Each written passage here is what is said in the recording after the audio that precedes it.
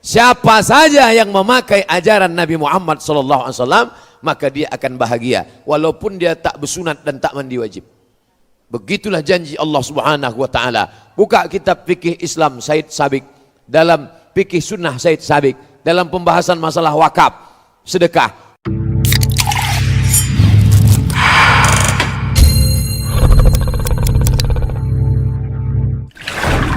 Doa masuk masjid, Allahumma aftah li abwaaba rahmatik. Ya Allah, bukakan untukku pintu-pintu rahmatmu. Terbukalah pintu-pintu rahmat. Biasanya saya masuk masjid, pintu masjid itu paling banyak 3. Satu di kiri, satu di kanan, satu di belakang. Tapi ini pintu aja keliling. Manapun pintu yang mau kita masuk, doanya sama. Allahumma aftah li abwaaba rahmatik, Allahumma aftah li abwaaba rahmatik, Allahumma aftah li abwaaba rahmatik. Tapi selesai salat, lain doanya. Apa doanya? Allahumma inni as'aluka min fadlik. Aku minta rezekimu. Kenapa waktu masuk ke dalam minta rahmat? Karena kita berkata Rabbighfirli warhamni. Aku ni banyak dosa, aku ni banyak silap, aku ni banyak salah, rahmati aku. Tapi ketika keluar dari masjid, yang diminta adalah bukakan pintu-pintu rezekiku. Karena begitu keluar, orang langsung menuju usaha rezekinya. Dia ada toko, jaganya tokonya. Dia ada ruko, dijaganya rukonya. Dia ada kebun, pergi dia ke kebun. Dia ada tambak, pergi dia ke tambak. Dan saya dapat pesan dari kawan saya, nanti Ustadz Somad kalau mau makan udang, pergilah tempat Ustadz Sofyan Saha, kata dia. Artinya apa yang bisa kita lakukan, kita laksanakan. Sekarang ada anak-anak dari Fakultas Pertanian dan Peternakan bercerita masalah membuat kolam ikan, bercerita masalah membuat tambak. Tapi kata seorang profesor, tak saya sebut namanya, apa kata dia? Banyak orang sekarang membuat tambak di atas kertas. Sarjana, hebat, ukuran tambak ideal sekian meter kali sekian, dalamnya sekian, hebat dia. Tapi kalau ditanya, mana tambak kau? Ada pak, di mana? Nih makalah. Membuat tambak di atas kertas, tak bisa. Fakultas Pertanian, hebat.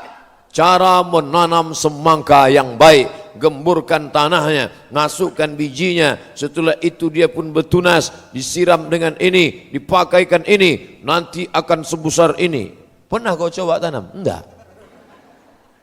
Oleh sebab itu maka ini ilmu-ilmu terapan semua. Makanya masalah korma, ketika Nabi menengok ada orang yang melakukan pembuahan korma, apa kata Nabi? Antum a'lam bi umuri dunyakum. Kalian lebih mengerti masalah urusan dunia, bercocok tanam, bertani dan berkebun. Silakan kalian berkreasi, silakan kalian berimajinasi, silakan kalian berinovasi dalam masalah pertanian, peternakan. Yang punya ibadah kambing kita, lahir anak akikah kambing, anak bersunat potong kambing. Apa pula bersunat potong kambing? Anak menikah potong kambing, hari raya haji potong kambing. Tapi yang beternak kambing siapa? Australia.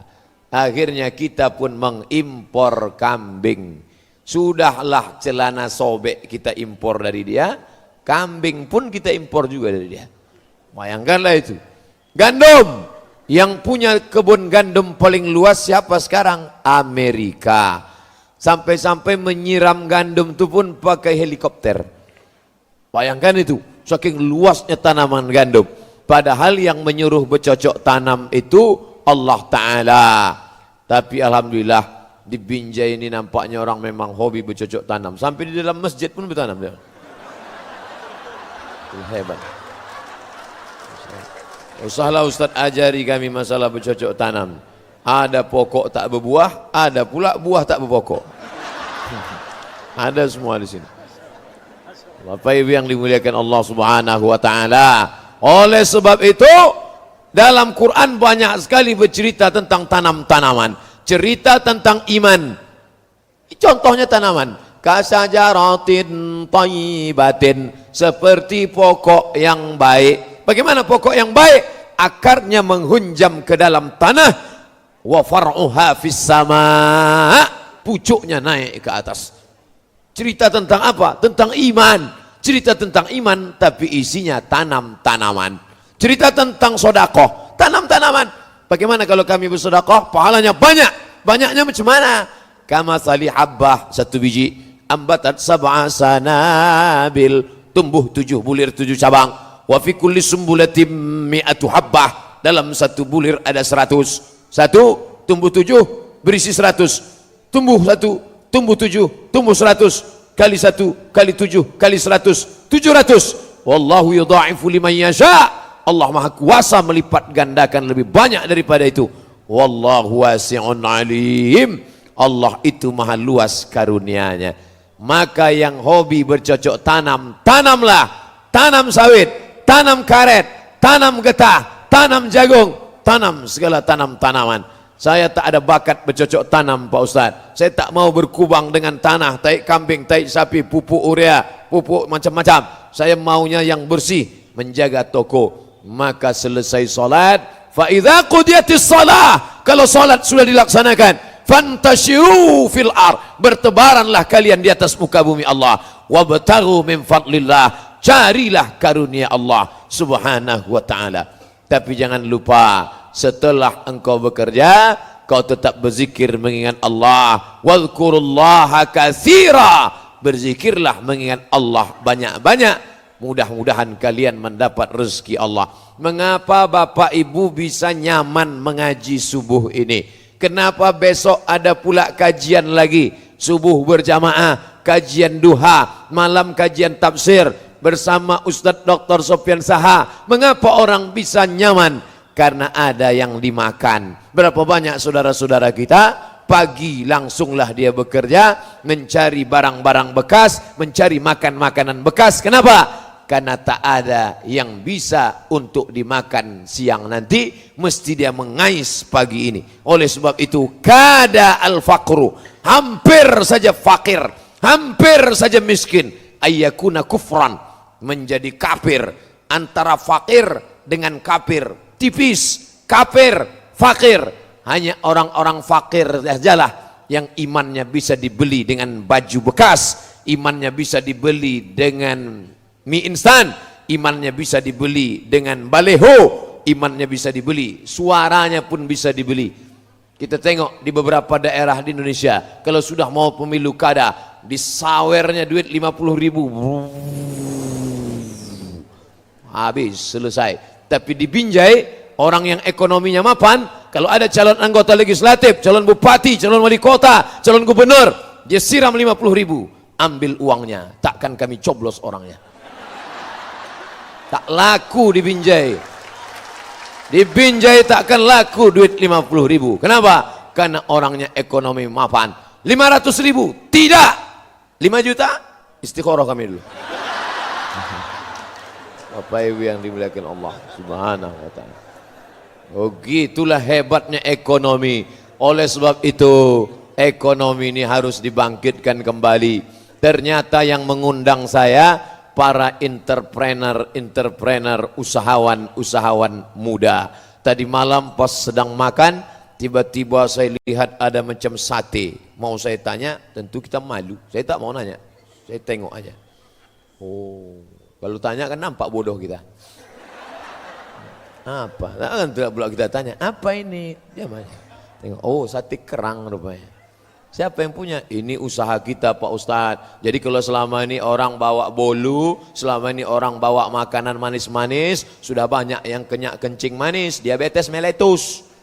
Maka kami sediakan, nih kerang, sampai dibawa ke Bandung, ke Jakarta. Berapa lama tahannya? 10 jam. Jadi kalau mau pergi ke Jakarta, ke Bandung, bawalah kerang, sate kerang tadi. 10 jam. Asal nampak delay lewat, makanlah. Kok tidak busuk dia, habis. Nah, ini entrepreneur. Ustadz, kalau kami yang ngundang, insya Allah semuanya halal. Karena kami hanya menempatkan ustadz-ustadz yang kami undang di tempat yang halal. Begitu saya duduk, langsunglah datang sup. Tak juga saya tanya, saya tengok aja. Belendir saya tengok. Ini maulah sup bekicot nampaknya. Dikasih tahu sama yang melayani itu, ini Pak, ini namanya sup asparagus katanya. Tak pula saya tanya, apa asparagus tuh? Asparagus kata dia, asparagus ketawa kan? Saya makanlah. Cuman rasanya Pak? Susah diungkapkan dengan kata-kata. Macam mingus. Belum deh. Tapi sedap. Mantap. Jagung dicampur sama asparagus. Biasanya yang melayani itu kan perempuan. Awak ustad, pakai peci, pakai koko, pakai sorban, duduk di rumah makan. Yang melayani anak gadis pakai rok pendek. Oh pun tak khusyuk makan. Sama. Tapi di hotel tempat saya menginap sekarang, pelayannya laki-laki, cap lonceng semua. Masya Allah. Masuk ke dalam kamar, biasanya di kamar itu lukisan orang, pakaian tak sopan. Begitu masuk ke dalam, tertulis di atas kamar, Allah Muhammad. Saya tengok pula di sudut, ada Al-Quran. Saya pernah menginap di salah satu hotel, saya buka lacinya, perjanjian lama dan perjanjian baru.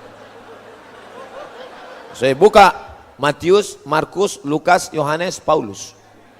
Tak bisa kita salahkan, tak bisa kita marah. Kenapa kau letakkan di sini? Ini hotel punya aku, ini kitab punya aku. Kau mau tinggal sini, tak mau pergi sana cari lain. Tapi tempat saya menginap, saya tengok Al-Quran, Masya Allah, ada pula sajadahnya. Saya sampai di Jakarta, masuk di hotel. Begitu sampai ke dalam, tak tahu mana arah kiblat. Akhirnya paksa bertanya sama abang kita, abang Gogel. Ada yang menyebut Mbah, dia belum tua. Kalian panggil Mbah.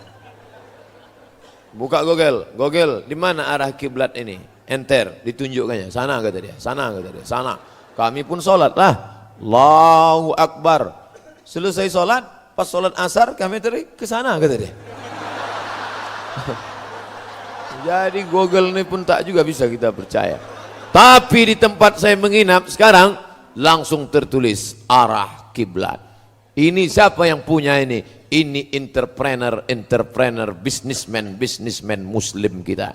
Makanya saya bangga yang menyambut ini anak-anak muda. Masya Allah, mereka ini yang akan membangkit ekonomi umat di masa akan datang. Allahu Akbar. Dari mana Ustaz tahu ini anak-anak muda? Dari bunyi teriakan Allahu Akbarnya. Makanya tadi berapa kali dipancing Allahu Akbar. Kalau orang tua mana gitu? Allahu Akbar. Allahu Akbar. Menggeletar tangannya. Allahu Akbar. Tapi anak-anak muda ini luar biasa. Selama saya berceramah, rasanya baru inilah kamera paling banyak. 1, 2, 3, 4, 5, 6, 7, 8, 9, 10, 11. Insyaallah sampai 11 kamera. Tapi nampaknya yang hidup 3 aja. Yang lain ini mati namanya. Bapak Ibu yang dimuliakan Allah Subhanahu wa taala, subuh penuh barokah. Makanya ada ungkapan orang, jangan sampai kau bangun tidur kesiangan, rezekimu dipatuk ayam. Itu bukan cerita omong kosong. Itu tidak ada dalam hadis sahih. Carilah di hadis sahih Bukhari, tak ada. Hai orang-orang beriman, bangunlah kau cepat-cepat, jangan sampai rezekimu dipatuk ayam. Tak ada. Tak ada. Tapi itu diamalkan orang Cina. Maka saya menjadi dewan juri tanggal 12 bulan 12 2012. Tanggal cantik, tanggal 12 bulan 12 2012. Dewan Hakim Musabaqah Tilawatil Quran. Kami pun tinggal di hotel. Dari hotel menuju ke penginapan, warung sudah buka, warung kopi. Belum lagi azan, warung kopi sudah buka. Tapi yang menjaga warung kopi bercelana pendek. Ayah, cincai-cincai lah. Warung orang Islam tutup. Orang Islam bangunnya kapan? Jam 7.30. Jam 7.30 barulah dia bangun, gosoknya mukanya, habis itu dibentangnya sajadah, habis itu tutupnya gorden, matikan lampu. Usolli fardhu subhi rak'ataini lillahi ta'ala. Allahu akbar. Inna salati wa nusuki wa mahyaya. Kata malaikat, ya Allah aku sentil nih, jangan dulu tuh. Jangan dulu. Jam 7.30 kata dia usolli fardhu subhi. La ilaha illallah. Itu entah di daerah mana lah itu. Tapi di Binjai ini Masya Allah, belum saya sampai sudah ramai menyambut, menarik-narik baju, menarik apa dipegang. Begitulah mereka. Mau dirasakan mereka gemuk apa tidak Ustaz nih? Begitulah mereka. Masya Allah. Bapak Ibu yang dimuliakan, digambarkannya Nabi Muhammad itu miskin, susah, melarat, jubahnya compang-camping, tak ada yang bisa dimakan. Ini Nabi Muhammad SAW versi Snorkhorgronj yang datang dari Belanda, habis itu masuk ke Makkah, pura-pura masuk Islam, dirubahnya namanya menjadi Abdul Ghafur. Untung tak Abdul Somad. Setelah itu 6 bulan dia di Makkah, dikawaninya orang-orang Islam yang ada di Makkah. Selesai itu dia pun pergi ke Aceh, di obok-oboknya Aceh, di laga-laganya orang Aceh. Setelah hancur, dia pun balik ke Bandung. Dari Bandung balik ke Amsterdam. Snok murtad Horgronj, neraka jahanam tempat dia.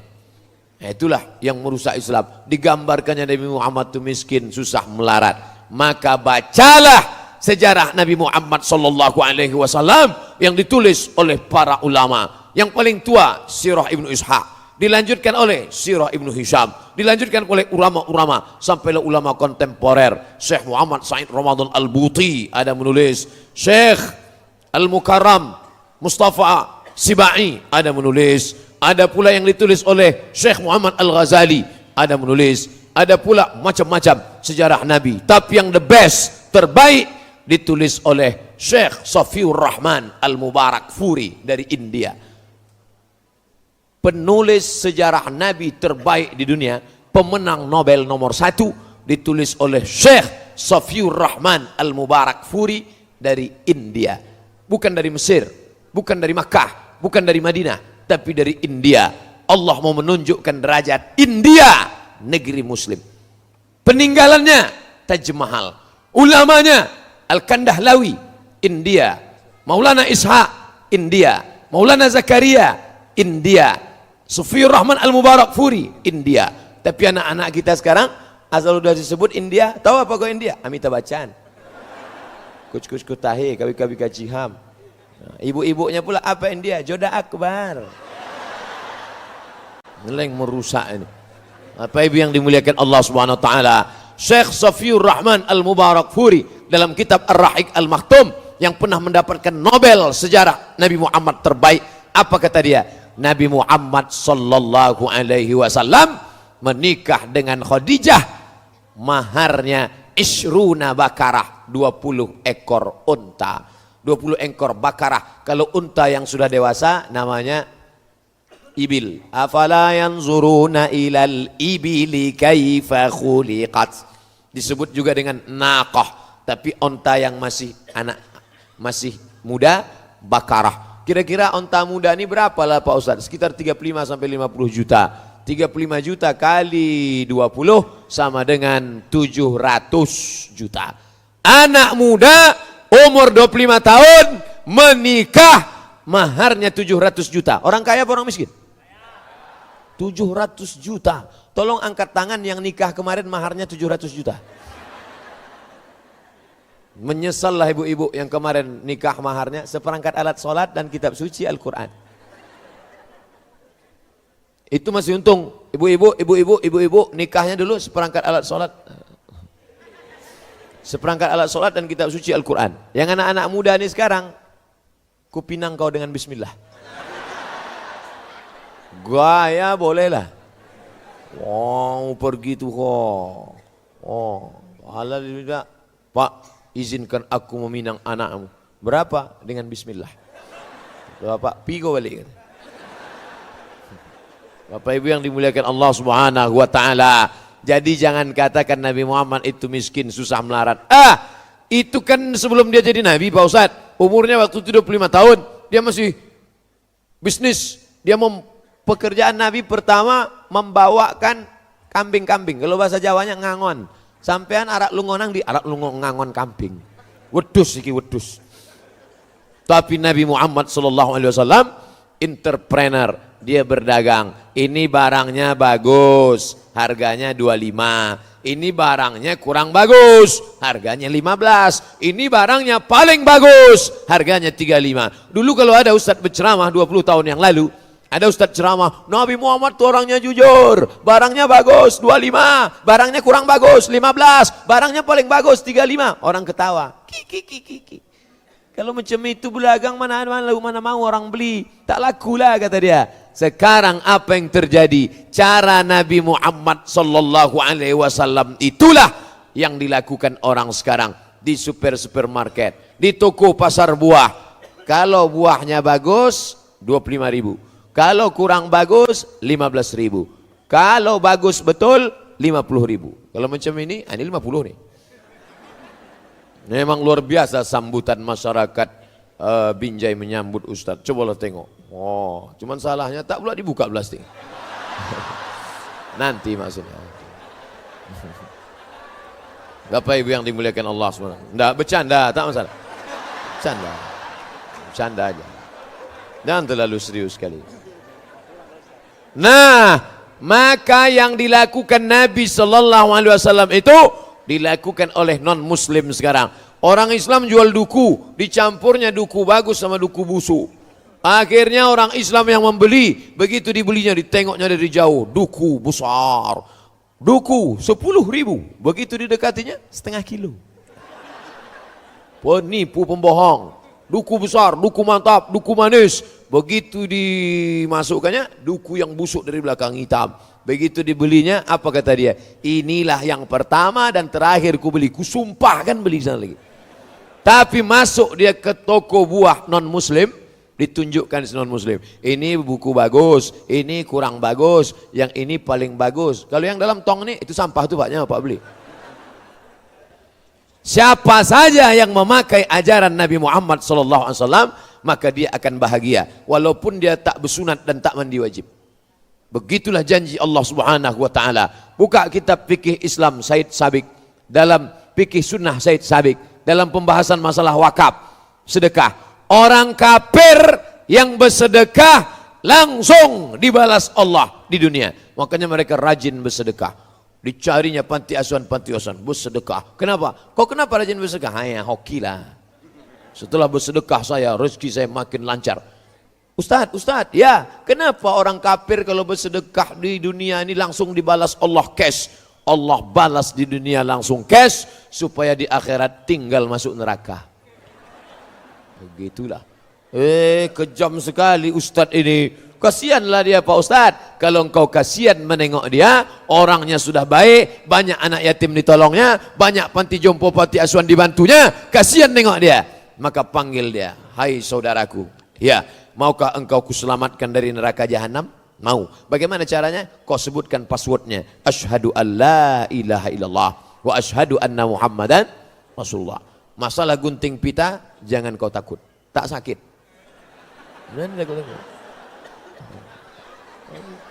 Nanti takut-takuti. Ini ustadz ini berceramah menggelegar mimbar. Ada yang mau masuk Islam, parkirnya mobilnya di parkir, dibukanya kaca kecil-kecil, dia mau dengar ceramah ustadz. Ustadz pula menggelegar di atas mimbar. Yang pertama kali berkhitan Nabi Ibrahim umur 80 tahun. Disunat pakai kampak. Dengar kampak takutlah dia. Coba kalau yang ceramah itu Ustadz Sofyan Saha, suaranya lembut, tenang. Ustadz kok tahu? Saya mendengar ceramah beliau di masjid terbaik 2015 Rokan Hulu, Masjid Islamic Center Pasir Pangarayan. Beliau yang ceramah. Saya tengok gayanya tenang. Rupanya kalau kita dokter tuh tenang berceramah. Gitu. Ini kenapa tak tentu arah LCMA? Lagi cemas menghadapi anak-anak muda. Wow. Bapak Ibu yang dimuliakan Allah Subhanahu wa taala. Ini dia tulisannya, sedekah barang. Coba tengok. Oh, nampak? Sedekah barang. Berbagi harta, berbagi cinta. Kenapa mereka bisa berbagi harta? Karena mereka punya harta yang terbaik. Ya Rasulullah, ya ummi matat, emakku mati. Afa atasadaqu anha? Kalau emakku mati meninggal dunia, boleh aku bersedekah? Kalau aku bersedekah pahalanya sampai apa tidak? Tasaddaq, bersedekahlah engkau. Apa sedekah yang paling afdal ya Rasulullah? Saqyul ma, memberi air minum. Sedekah yang paling afdal memberi air minum. Makanya dikasih air minum sampai 3 botol. Dan sedekah yang sudah dikasih tak boleh ditolak. Maka kita terima. Bismillahirrahmanirrahim.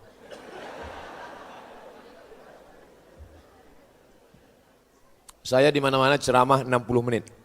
Sesuai yang tertulis di botol 600 ml. Asal habis 60 menit, stop. Tapi rupanya cerita itu sudah bocor ke Binjai. Akhirnya mereka pasang 3 botol. Maulah 3 jam baru selesai. Gitulah hebat. Kenapa tidak bermerek? Ini kan jadi masalahnya. Kenapa tidak bermerek? Karena yang punya merek kafir. Ustadz ini ustadz provokator ini, provokatif ini. Kenapa ustadz bilang kafir, kafir, kafir? Tak boleh pakai kata kafir Pak Ustadz. Kalau tak boleh pakai kata kafir, gimana kita baca ayat? Qul ya ayyuhal non muslim. Ini bilang qul ya ayyuhal kafirun. La ayyuhal kafirun. Hai orang-orang kafir. La a'budu ma ta'budun. Wala antum abiduna ma'abud. Wala ana abidu ma'abadtum. Wala antum abiduna ma'abud. Lakum dinukum waliyadin. Kenapa tidak umat Islam yang paling banyak minum air, yang menceritakan manusia diciptakan dari air, yang menceritakan kulla syai'in hayy, yang diciptakan daripada air, yang diceritakan sedekah paling afdal adalah air. Utsman bin Affan bersedekah wakaf sumur air. Kenapa tidak memproduksi air mineral, air bersih, padahal yang punya air kita, yang mengalirkan air kita, dan yang buang air pun kita. Tapi kenapa kita tidak memproduksi air? Pertanyaan besar umat Islam. Maka di masa akan datang yang sudah kuliah Fakultas Ekonomi, silakan. Kau sekolah di mana? Saya ngambil ekonomi Pak Ustadz. Fakultas apa? Fakultas Ekonomi. Titelnya apa? SEAK, Sarjana Ekonomi Akuntansi. Lanjutkan. Ini sekarang umat Islam ini sekuler, liberal. Kalau belajar hadis masuk surga, belajar fikih masuk surga, belajar tafsir masuk surga, belajar ekonomi masuk neraka, belajar bahasa Inggris masuk neraka. Ini orang konservatif tak tentu arah. Islam ini mengajarkan kita semua ilmu datang dari Allah. Inna fi khalqis samawati, dalam penciptaan langit, wal ardi, penciptaan bumi, waqtilafil laili wan nahar, perputaran siang dan malam. La ayat. Ustadz Somad, ya saya sekarang Fakultas Ekonomi Pak Ustadz, rencana mau ngambil S2 Ekonomi, saya lanjutkan apa berhenti? Lanjutkan.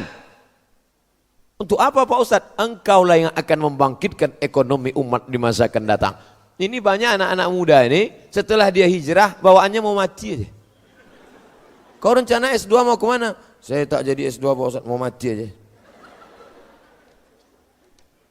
Dunia ini mesti kau tatap ke depan. Kalian yang kuliah, lanjutkan S2, S3, postdoktoral, menulis, tulis buku. Menulislah supaya orang di masa akan datang tahu bahwa kau pernah hidup di masa lalu. Imam Syafi'i kita tak tahu anaknya berapa, nama bininya siapa, rumahnya di mana, tak tahu kita. Tapi sampai hari ini kitabnya dibaca.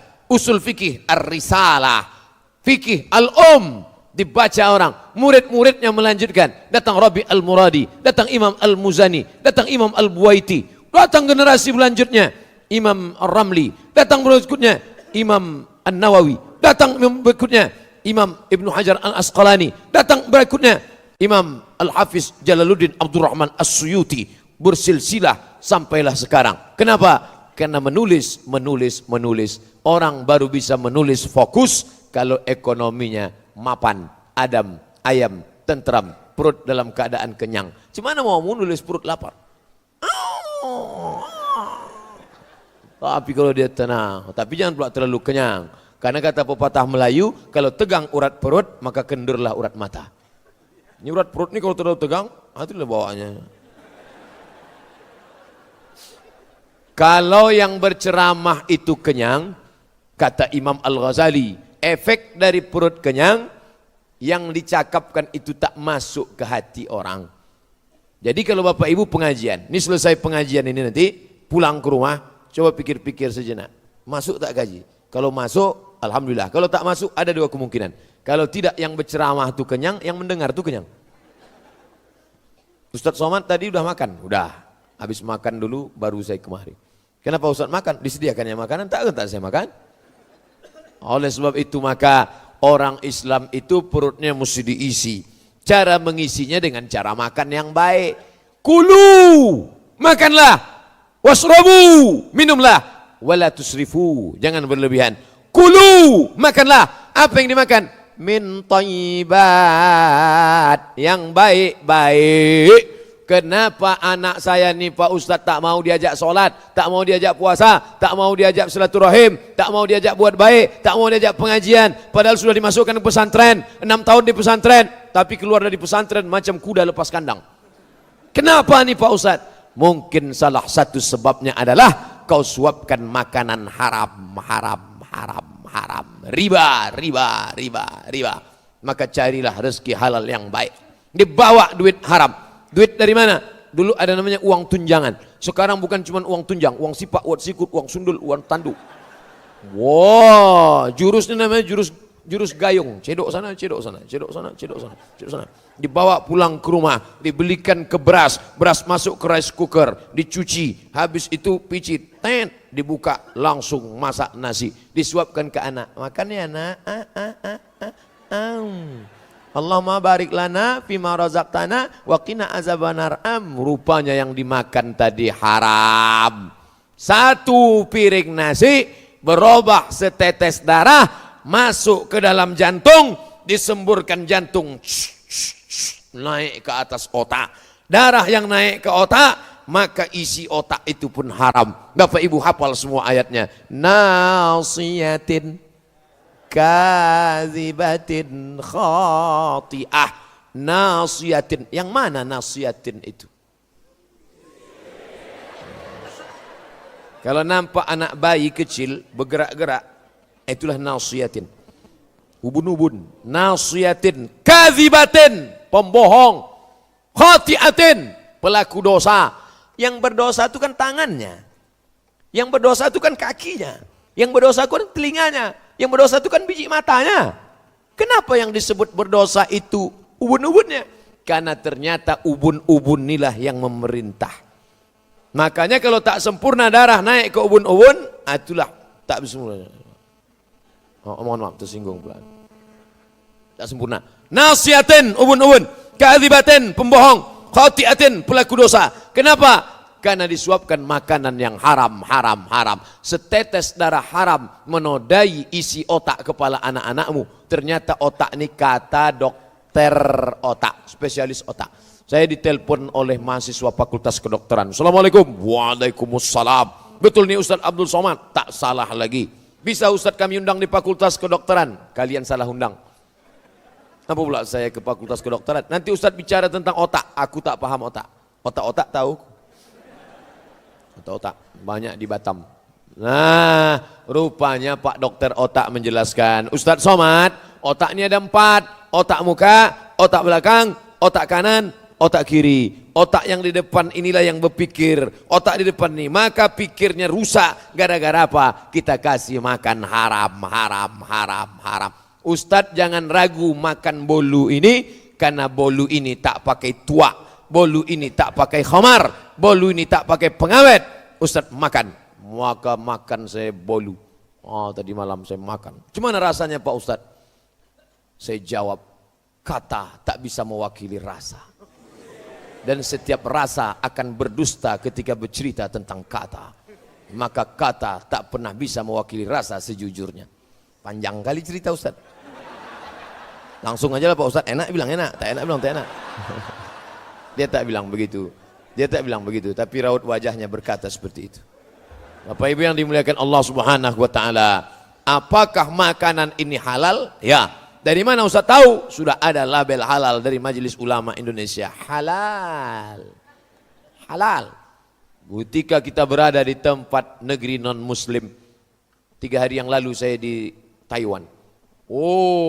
Balik ke Pekanbaru senangnya bukan main. Terasalah susahnya makanan halal. Orang muslim ada, tapi ketika kita mampir ke rumah makan, kita tak tahu. Di pesawat pula, selama di pesawat, lewat dia makan. Selesai. Terima kasih. Makan. Lu tengok tak ada label halal. Dibuka nampak ayam. Tadi potong, tadi cekiknya ayam tu. Nah, kita tahu. Cekiknya ayam. Pak katanya patah leher ayam. Mana kita tahu?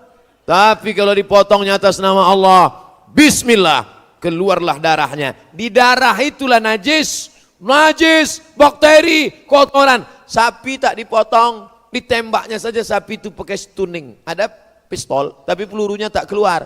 Pistol itu pelurunya tak keluar, ditembakkan, boom, langsung sapi ditembak kotaknya, boom, mati otak kecilnya. Kalau skalanya 7, sapi itu bodoh. Sapi Australia yang liar macam banteng, itu kalau ditembakkan skala 7 di otaknya, bodoh dia langsung. Makanya ibu-ibu yang suami-suaminya beli stunning itu. Pas dia sedang tidur malam, tembakkan. Apa? Esok pagi itu bodoh dia. Bang, aku mau pergi nih. Abang masak sarapan, jaga anak ngepel ya. Iyalah. Gitu. Kalau ada di antara bapak-bapak ini yang macam itu udah kena stunning itu.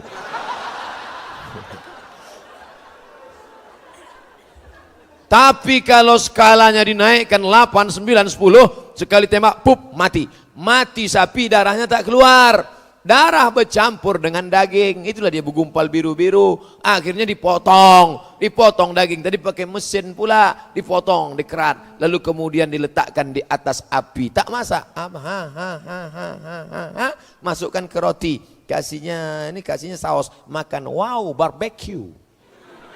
Begitu selesai dimakan, mata berkunang-kunang, kena penyakit apa namanya? Medco. Med sakit, ko sapi. Medco sapi gilo.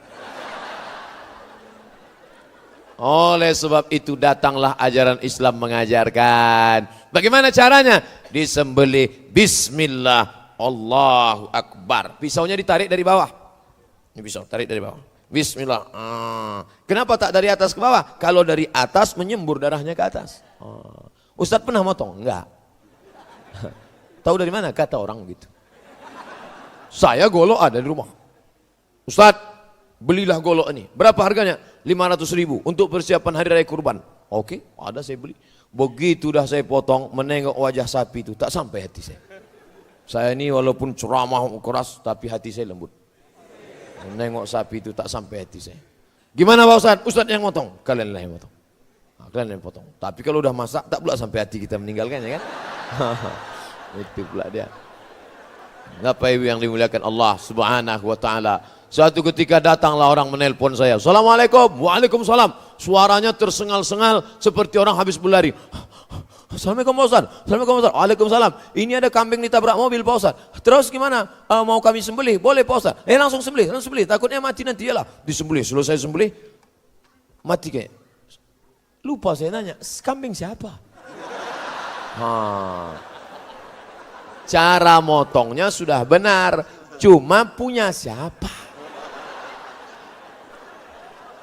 Ini halal, jambu ini halal, anggur korma ini halal, jeruk ini halal. Tapi apakah punya siapa? Ini banyak orang sekarang tak tahu jelas punya siapa. Punya siapa? Asal sudah diletakkan di meja, punya ustadz lah itu dah. Tak perlu pula pakai penyerahan aku serahkan ini satu tunai, tak perlu. Urf, itulah berlaku urf. Asal sudah kami letakkan, tak perlu tanya-tanya lagi. Bapak Ibu yang dimuliakan Allah Subhanahu wa taala, maka kita jaga ini, jaga makananmu. Kau jaga makananmu, takun mujabud da'wah. Kau jaga makananmu, doamu akan makbul. Makanan yang halal mempengaruhi doa. Allahumma hadina fi man hadait. Amin. Wa'afina fi man afait. Amin. Kata Nabi SAW, rajulun, ada orang, as'as, rambutnya kusut, aghbar, berdebu. Kenapa rambutnya kusut dan berdebu? Tak mandi-mandi. Kenapa dia tak mandi? Takut kalau dia mandi rambutnya gugur, bayar dam. Dia sedang dalam keadaan ihram, musafir, perjalanan panjang. Ya muddu yadayhi ila sama', diangkatnya tangannya ke langit. Ya Rabb, ya Rabb, ya Allah, ya Allah. Tapi doanya tak dikabulkan Allah. Kenapa? Mat'amuhu haram, makanannya haram. Masrabuhu haram, minumannya haram. Kalau gitu tak usah belikan makanan, tak usah belikan minuman, lalu belikan pakaian, belikan jilbab. Malbasuhu haram, pakaiannya haram. Wa ghuziya bil haram, disuapkan makanan haram. Makanya saya kalau diundang oleh lembaga-lembaga riba, koperasi riba, kerjasama riba, bank riba, diundangnya saya, Ustaz ceramah, saya tak bisa datang, tolonglah Pak Ustaz, saya tak bisa datang, tolonglah Pak Ustaz. Lama-lama capek saya, yalah aku datang. Dikasihnya air minum, tak saya minum, riba, gimana saya minum? Ustaz tak minum, tidak. Dikasihnya kue, tak saya makan. Dikasihnya duit, saya bawa. Duit itu saya kumpul banyak-banyak. Ini dari koperasi riba, ini dari bank riba, ini dari kumpul banyak. Pas mau puasa, saya bagikan ke fakir miskin. Sikit-sikit pula kecil, bagi-bagikan aja lah. Tapi kalau banyak, itu tak susah. Ini Pak Ustaz banyak, ini tak riba Pak Ustaz. Ulama tak sepakat dalam masalah. Ada beberapa mazhab ini. Ada Hanafi, ada Maliki, ada Syafi'i, ada Hambali. Bapak Ibu yang dimuliakan Allah Subhanahu wa taala. Nah, kalau sudah duit banyak, barulah cerita pembangunan masjid yang indah, Masya Allah. Itulah gunanya pakai kubah. Ini kubah namanya, kubbahtun, kubah. Kenapa pakai kubah? Karena arsitektur melengkung. Kan melengkung kubah nih. Kalau melengkung tak perlu ada tiang di tengah. Kan tak ada tiang tengah kan?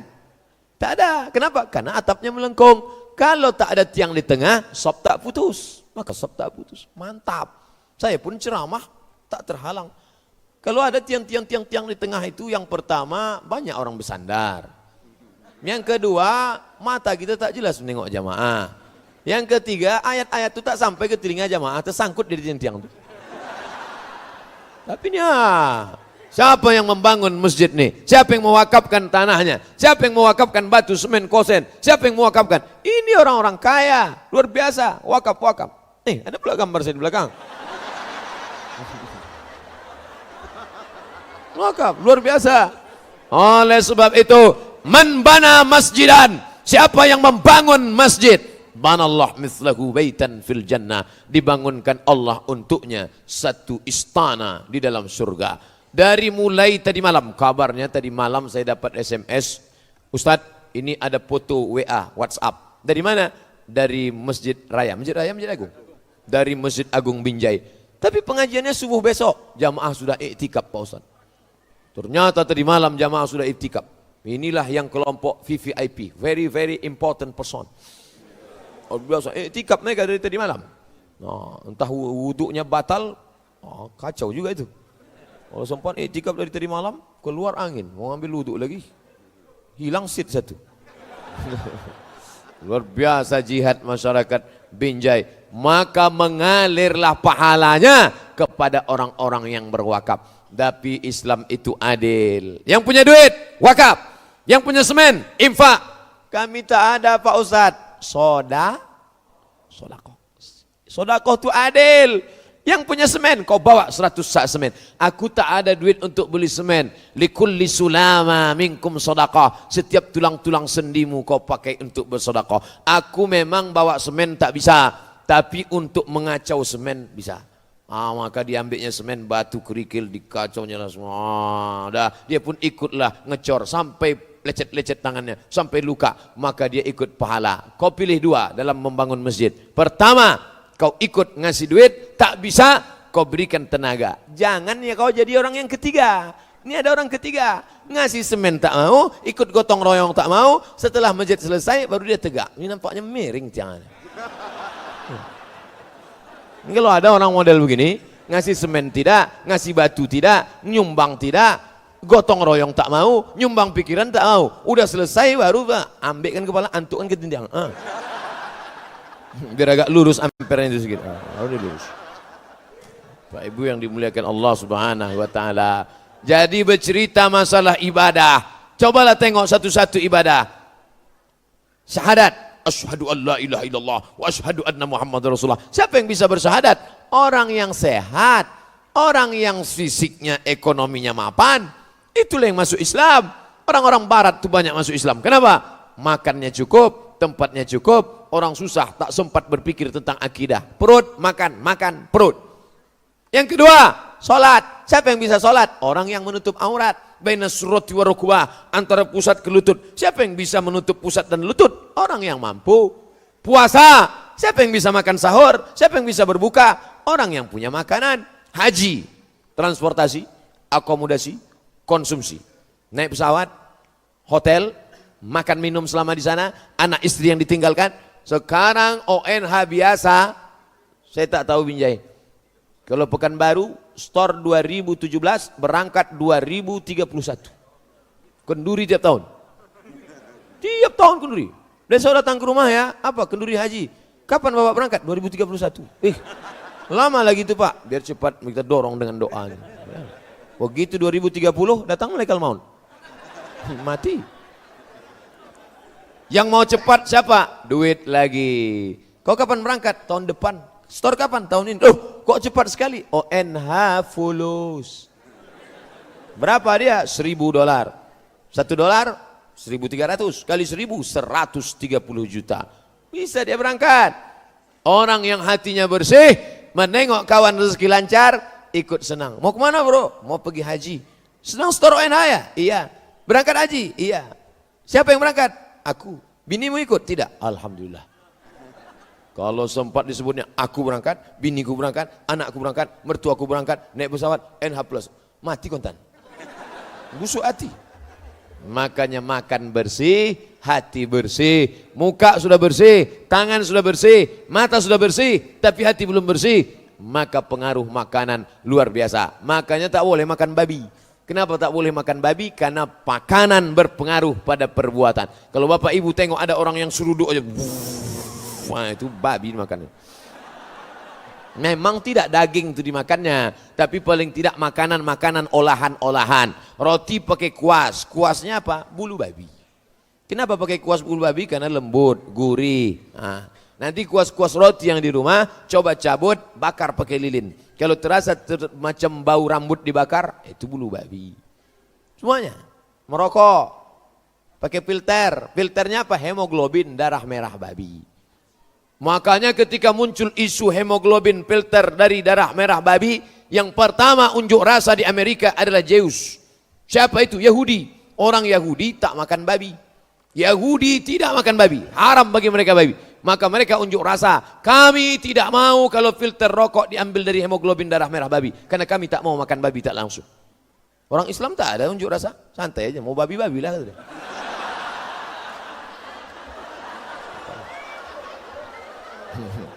Bapak Ibu yang dimuliakan Allah Subhanahu wa taala.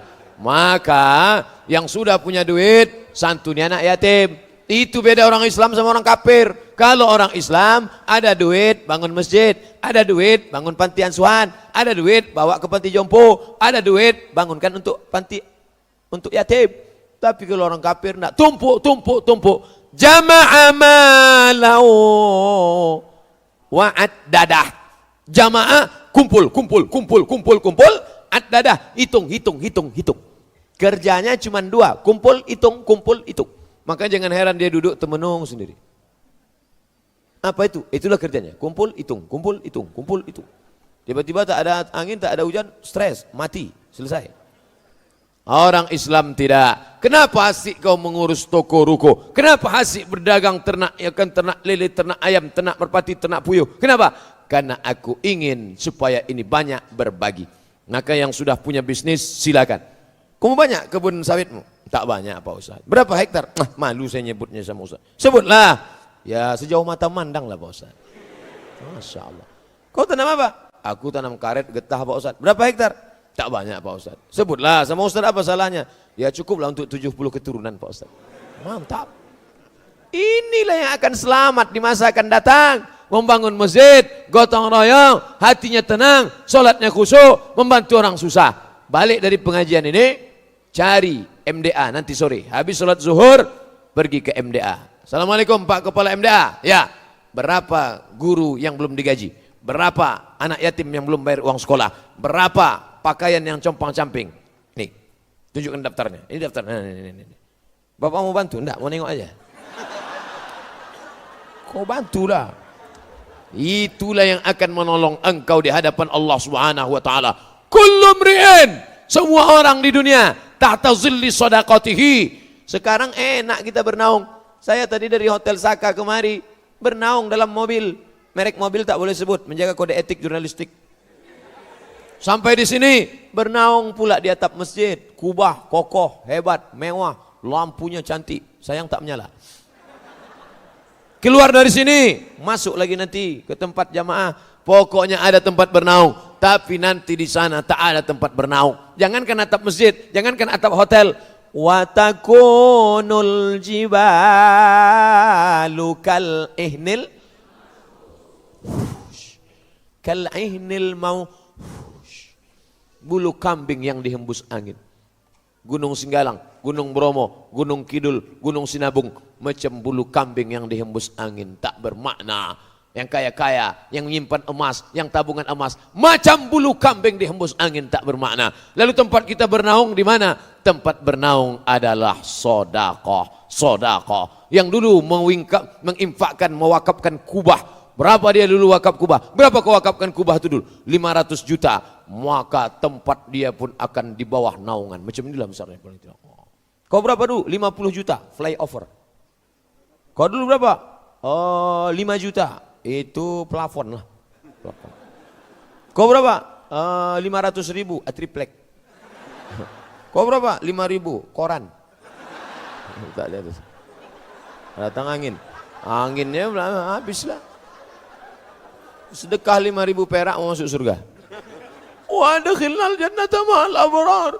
Ya Aziz ya Ghaffar. Ya Arhamar Rahimin. Masukkan kami dalam surgamu ya Allah. 5 ribu perak. Kata malaikat, apa nih Allah? Kata Allah, biarkan aja dulu. Mungkin habis selesai mendengar ceramah ini terbuka pintu hati. Sampailah hati dia pula menengok masjid yang sudah megah, mewah, masih juga pakai kayu-kayu. Ini kan dalam proses Pak Ustadz. Oh iya, dalam proses. Maka lanjut. Nama bapak kami tulis di daftar nih. Yang berwakaf masjid. Jangan tulis nama saya. Jangan tulis. Saya tak mau riak ini, riak. Buat aja situ hamba Allah. Hamba Allah berapa? 2.000 perak.